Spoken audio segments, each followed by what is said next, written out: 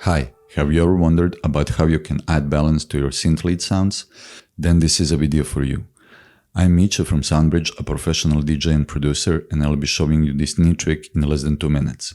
Now, before we dive into the tutorial, please hit the like, subscribe and notification buttons, so you keep getting content like this that helps you improve your craft as a musician. A melody-carrying synth is often considered to be one of the crucial components of many modern electronic music tracks. Choosing the right sound is only half of the job. The other half is incorporating it into the overall mix. Keeping this in mind, in the following tutorial, I will demonstrate you how to add balance to your synth lead sounds.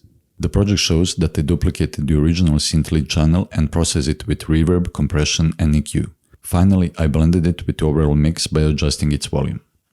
Let's hear the synth lead solo and then in the context of the full mix.